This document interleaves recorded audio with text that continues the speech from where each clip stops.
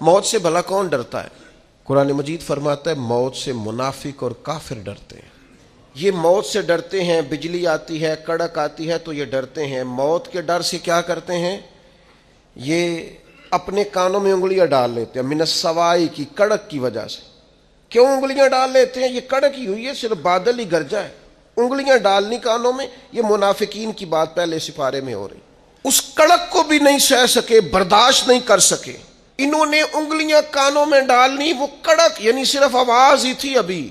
अल्लाह फरमाते हैं ये उस कड़क को भी नहीं सह सके कानों में उंगलियां डालनी। किस लिए? हाज़र अल मौत, मौत के डर से।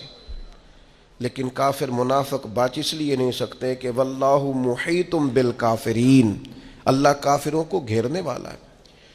काफिर और मुनाफिक मौत से डरता है, मोमिन मौत से। ईमान जैसे जैसे मजबूत होता जाता है वैसे वैसे तो उसके अंदर ताकत आती रहती है।